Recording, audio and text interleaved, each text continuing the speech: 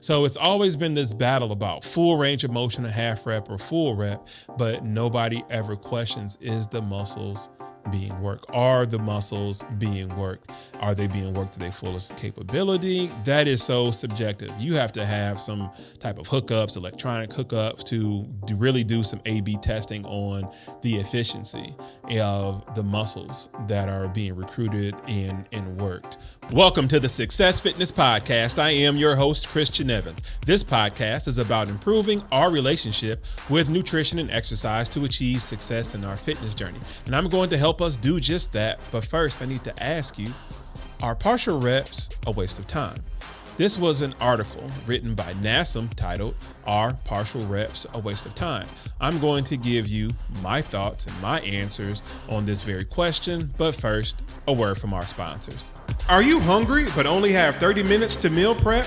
Then download my new e-cookbook, What to Meal Prep, at successfitnessstore.com.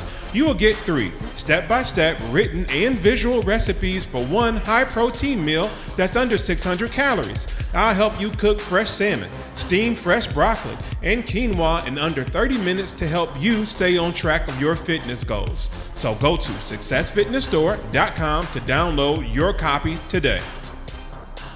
Alrighty, welcome back to the podcast, and thank you for bearing with me through those sponsors. Now, are partial reps a waste of time? This was an article that came across my timeline that was written by NASM, and I'm going to just read off a couple paragraphs into it and or a couple paragraphs of it and give my opinion on certain things that they hit on. Some things I agree with, some things I don't agree with, but either way, this is a learning experience and hopefully you can get something out of it. And I will have the article linked in the show notes, but this was written by Brad Dieter.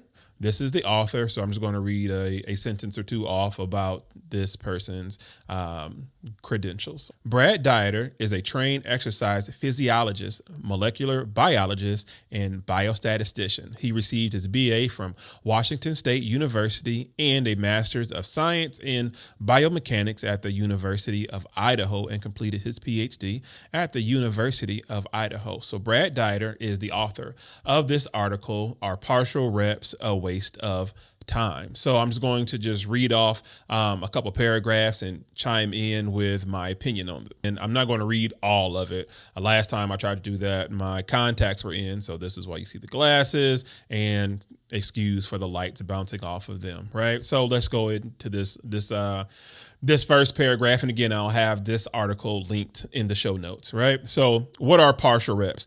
Partial reps are a variation on a given movement that is performed precisely as it sounds. The exercise is performed over a partial range of motion. This partial range of motion can occur in the end range of motion, the middle range of motion, or the most proximal range of motion. So if anybody does not have a clear vision or thought of or example of what a half rep is, just imagine doing a squat just halfway. Just imagine doing a bicep curl not all the way. Just imagine doing a bench press and not coming all the way down so it can touch your chest. So that's an example of a partial rep. Still continuing on into this first paragraph. In many cases, partial ranges of motion occur on accident by individuals because they may be unable to perform a given exercise through a full range of motion due to mobility limitations, the weight being too heavy, or just not fully knowing what the intended full range of motion for the exercise is. The type of partial rep that we are referring to here are the type of deliberate repetition that is limited in range of motion for a specific reason. Now, being that I have been a personal trainer for, I would say, going on 5+ years, is that I experience half reps, partial reps, whatever you want to call it. And when I first started, I really didn't understand it. I really didn't understand half reps or partial reps, or why people could not, let's say, execute a squat. And as I began to educate myself in experience and through experience with clients and clientele, is that people have an array of issues or things that can be stopping them, right? And one of the top ones is that their form, right? Their form may not be all the way, but what's more important that's working within their form, their muscles can be tight. So we spend a lot of time just getting those muscles to stretch, to execute the range of motion properly. So a lot of times if we see somebody doing a half rep, before we get so judgmental, more than likely they're probably tight. They're probably tight in the range of motion, in their muscles, and maybe they need to stretch. And in addition to that, it's none of your business. It's none of our business because they could be intentionally doing these reps halfway, right, for a specific desired outcome. Why include partial reps? At first glance, it may seem like a bad idea to include partial reps in one's training as it is not fully executing a movement the way it should be executed. What I just said, which is true in many cases. However, there are some very good reasons why partial reps may be very beneficial in one's programming. There are 3 main reasons why someone may choose to use partial reps: improving position, specific strength, hypertrophy, and training around injury, right? Speaking from personal experience about training around an injury, I just recently had a lower back injury that I thought was a lower back injury, but it wasn't. When I went to the therapist, she basically said, you got a weak ass. I'm a weak ass, right? And what it was a high glute strain. And that's because I was just very weak in my calves and very weak in my hamstring due to doing some split squats years ago, and something tore. And I never got it looked out because I didn't have insurance at the time, right? So, we get all these injuries. We get injuries a lot of times. We're like, oh, we just walk it off, right? In those cases, for people who are like me at the time who did not have insurance. I have insurance now, but back then I didn't. And that led to me overcompensating on my right leg, right? And my left side, everything just got weaker and just kept getting tighter. And my ability to stretch that muscle became, the result of that, I became weaker, right? So there's a certain way that I had to train from there on out, right?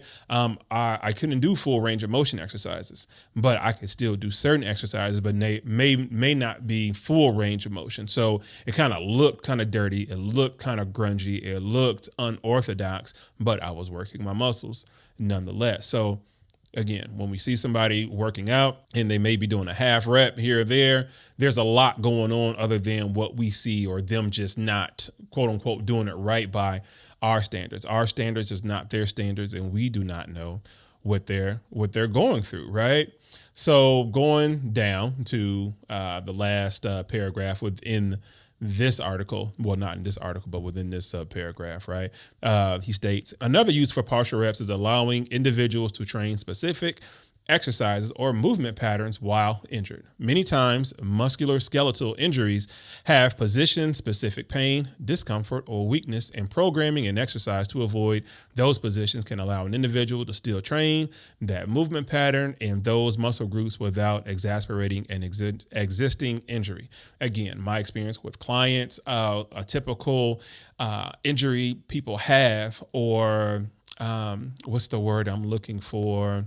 Let's say ailments, right? Our knees, right? I have a client that his knees aren't 100%, right? Due to his history, his professional history, there has been some issues there that's been causing some knee discomfort. And when we execute lunges, he may not go, say, full range of motion, but he's doing the workout, he's executing the exercise, but it may not be full range of motion, but we're still doing it. He's still working through injury. So this is my example of what Brad just typed. There are many ways individuals can include partial reps in their training, and there's no single way to apply partial reps. It should be really tailored to an individual's training needs. However, there are a few principles to consider. Moving on to the second one. The first would be to examine partial reps for a specific reason. If you are a coach who trains clients or an individual who competes in strength sports such as powerlifting or weightlifting, Partial reps can be considered for areas of an individual's lifts where they may have weaknesses. Consider looking at their sticking points, squats, bench press, deadlifts, or other major lifts, and use partial reps to help train more specific strength. Now, lately, I have been doing just that for myself and in addition to my clients, right? And we've been working on this sticking point in our bench press. So we've been doing pin presses, right? I actually just posted a YouTube short asking, what exercise is this? And I'll link that down in the show notes. But anyway, pin presses, rack presses, what else are they called? Dead presses, various names for similar exercise that help you through a sticking point. So it puts, I would say like a guard, like kind of like halfway through your range of motion in your bench press or our bench press, right? And you get under the weight and you just press up, right? You just press up. So you're not pressing down or bringing it all the way down to your chest, right? It's pretty much just the halfway point, wherever you feel like your sticking point is, especially when you want to increase your bench press. So it's one of the methods used by many bodybuilders, many power lifters, to work through their sticking point as far as pin presses. So this is another example of using half reps to its benefit. And so it moves on to talk about how to put partial reps to work. They give examples: dumbbell bicep curls, lunges, skull crushers. Skull crushers is one of those ones where I may not go full range of motion, laying on my back or flat or incline due to my elbow. I may have some stiffness in my elbow, so I may not go full range of motion going all the way back or all the way up. It just depends on how the elbow is feeling right now or during that exercise. And you will see articles and you will see videos about full extension on triceps, locking out or not locking out, keeping constant tension on or not. There's so many of it that then how can you commit to just one? My advice would just be research it yourself and then come to a conclusion that works best for you. Both partial reps and full reps are important in any well-designed training program, and one should not be used at the full expense of the other. A program of entirely full range of motion repetitions may be leaving some muscle growth and position-specific strength on the table. Conversely, a program of entirely partial reps is going to compromise end-of-range strength and stability, as well as mobility, which can increase the likelihood of injury in some circumstances. The best way to view this topic is not necessarily partial reps versus full reps, but partial reps and full reps, and finding the best ways to incorporate both into your training based on your individual goals. And then it goes on to the summary. Once again, this is an article on NASM.com, and I will have the article posted in the show notes, written by Brad Dieter. And the headline, "Are Partial Reps a Waste of Time?" really struck a nerve with me, but not a bad nerve, a good nerve, because this is something that me and my clients, we talk about a lot. And being that we are all trying to improve, our fitness, right? Me having to explain certain things to them and how it makes sense to them, even when it comes to, we always keep going back down to squats, right? And how to squat. There's so many different depths that an individual can achieve or want to achieve, but their muscles may be preventing them from going all the way, right? Going the full depth of what they can go. Could be muscle tightness, could be flexibility, all types of different things. But we include half reps, and I let them know it's okay to include these half reps, right? So they can eventually get to where they want to go.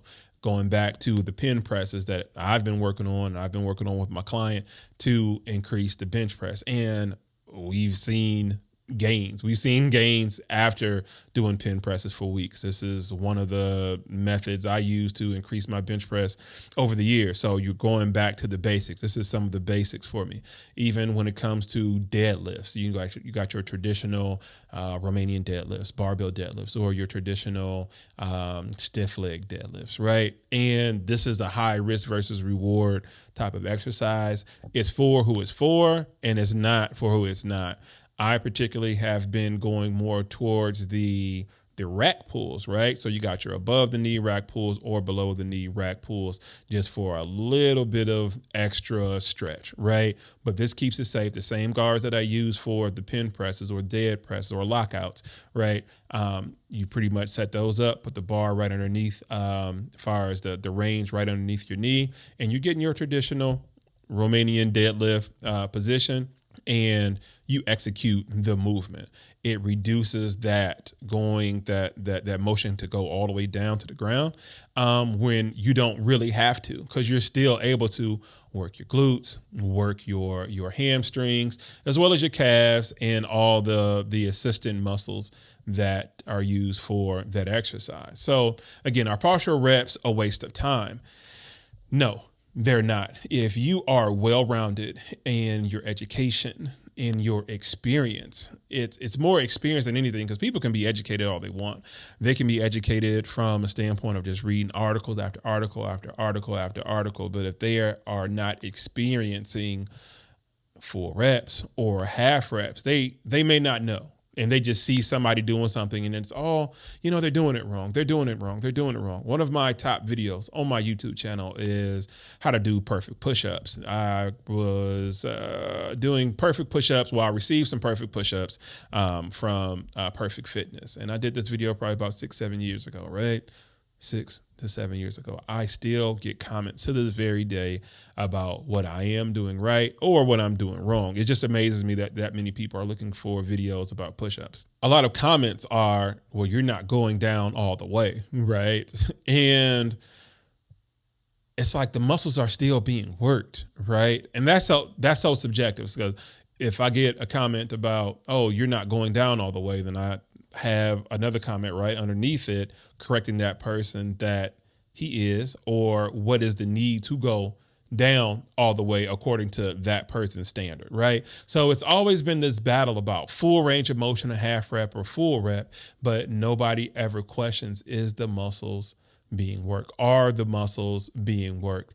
Are they being worked to their fullest capability? That is so subjective. You have to have some type of hookups, electronic hookups, to really do some A/B testing on the efficiency of the muscles that are being recruited and worked. But this is a very interesting article about our partial reps a waste of time. Is going through the definitions about what's classified as a partial rep, and why to include partial reps, how to include them into your workout routine, and how to put them to work. And last but not least, partial reps versus full reps. So after my assessment, after my opinion, after my reaction to this article, what do you think about partial reps? Are partial reps a waste of time? Do you include partial reps into your workout routine or not? I want you to comment below with your answer. If you found inspiration in today's podcast and would like to support, then sign up to my weekly newsletter, the Success Fitness Newsletter.